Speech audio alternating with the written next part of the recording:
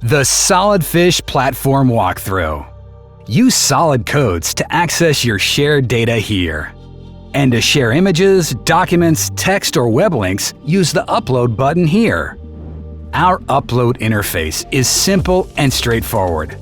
Select a pass pattern or code, add password protection, protect your document's content, shield share to email addresses or phone numbers through our system, and finally, set a time to live for your data. Then, grab your newly created solid code and share. Your pass pattern or code is used to control your data from here. Visit our page for information about who we are, our blog page to read articles on topics we are passionate about, and our Shout page to get the latest news. Follow us on social media and join our green internet revolution. And drop us some feedback here.